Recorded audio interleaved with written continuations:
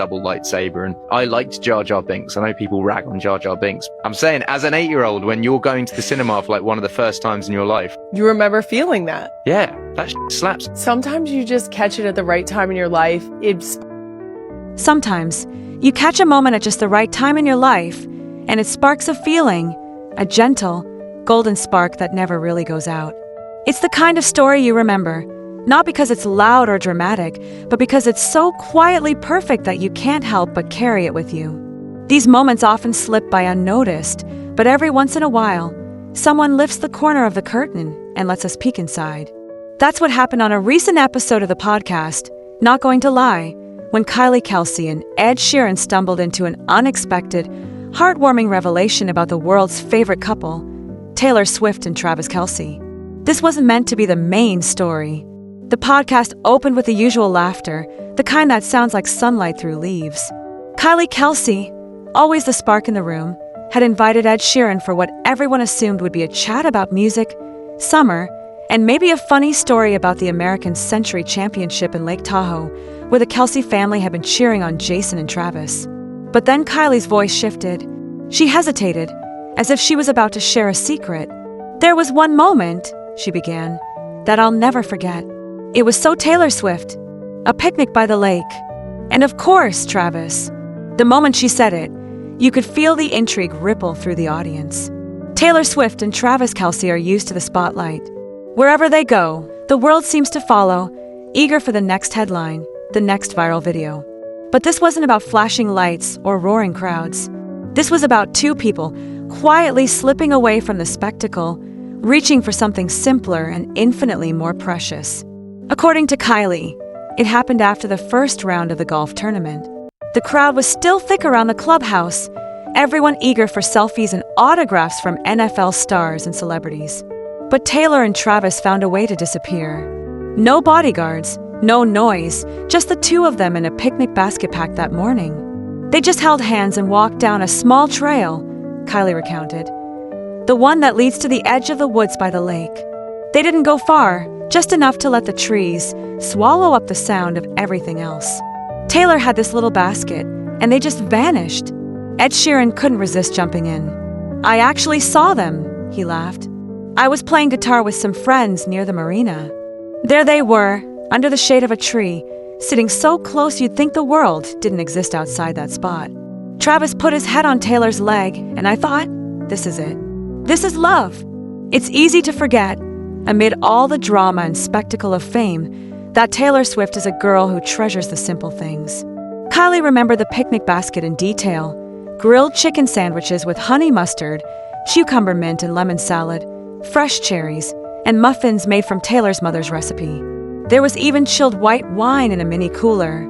It was the kind of meal you'd pack for someone you truly care about, the sort of food that tastes like summer and childhood and home. Ed Sheeran was amazed by the simplicity. "Taylor could have been in a 5-star resort," he said. "But she chose to sit on a picnic rug under a tree with someone she loves. That's what makes her different." But the story didn't end there. As the sun dipped lower behind the pines, Kylie noticed something else. Taylor and Travis weren't just escaping the crowd, they were creating a world all their own. They laughed about nothing, shared stories about their families, and sat in comfortable silence, the kind that only exists between people who truly understand each other. At one point, Travis pulled out his phone and started playing music. Not the latest hits, but old love songs: Carole King, James Taylor, Fleetwood Mac. Taylor sang along, quietly at first, then louder, her voice floating out over the water. Ed, listening from his spot near the marina, put down his guitar and just listened. He later admitted that he'd never heard "You've Got a Friend" sung with quite so much warmth. There's something magnetic about these small, hidden moments, especially when they belong to people who are usually so visible. For all her fame, Taylor Swift has always been a storyteller at heart. Maybe that's why she values these quiet chapters so much. Maybe she knows that, in the end, it's not the stadium shows or the magazine covers that matter most. It's afternoons like this, when the world is reduced to a patch of grass, the rustle of leaves, and the steady heartbeat of someone you love beside you. Kylie and Ed continued reminiscing. As dusk settled, Taylor and Travis packed up their things, careful to leave no trace behind. They returned to the world of cameras and headlines, but for a few hours, they'd managed to exist in a secret pocket of time, just two people, in love away from the noise. It's easy to romanticize these moments, to imagine that celebrities live on a different plane, where everything is grand and unattainable. But stories like this remind us that, at their core, people are just people. They crave connection, gentleness, and the chance to slow down. For Taylor and Travis, that afternoon was a reminder of everything that really matters. And for listeners of Not Going to Lie, it became a story to hold close, a testament to the idea that the most memorable moments are often the simplest. In the days that followed, the story of the secret picnic spread quietly among fans. There were no paparazzi photos, no viral videos, just the words of two friends who happened to witness something beautiful. Some fans speculated about what Taylor and Travis talked about under the tree, imagining proposals or whispered dreams. But maybe the magic is in not knowing. Maybe the best stories are the ones that don't need to be spelled out, the ones that linger in the imagination and remind us of our own hidden corners of happiness. Ed Sheeran summed it up best near the end of the podcast. You know, sometimes you just catch it at the right time in your life. It sparks that feeling, and then it sticks with you forever. That's the real magic, isn't it?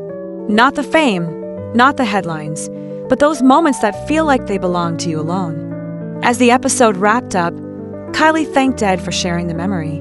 The two laughed about how, despite everything, they'd managed to keep the story to themselves for so long. But now that it was out in the world, it felt like a gift, an invitation for everyone listening to find their own quiet moments, to create spaces where love can grow away from the spotlight. The story of Taylor Swift and Travis Kelce's secret Lake Tahoe picnic isn't just about celebrities finding privacy. It's about the universal longing for authenticity, for the kind of love that feels safe and real. It's about the courage to step away from expectation and just be present with someone who matters. And in a world that rarely slows down, these reminders become all the more precious. Maybe that's why the story resonates so much. We all want to believe that, no matter how busy or complicated life gets, there's still room for simple joys. We want to think that, somewhere out there, even the most famous among us are still packing picnic baskets, singing old songs, and holding hands by the water. So the next time you find yourself rushing through the day, caught up in deadlines and distractions, remember Taylor and Travis under that tree. Remember the way the afternoon light made everything golden, and the way laughter sounded like home. Because sometimes, you don't need a headline or a grand gesture. Sometimes, all it takes is a quiet afternoon, a basket of homemade food, and the right person by your side. And maybe, just maybe, that's the kind of love story we should all be chasing.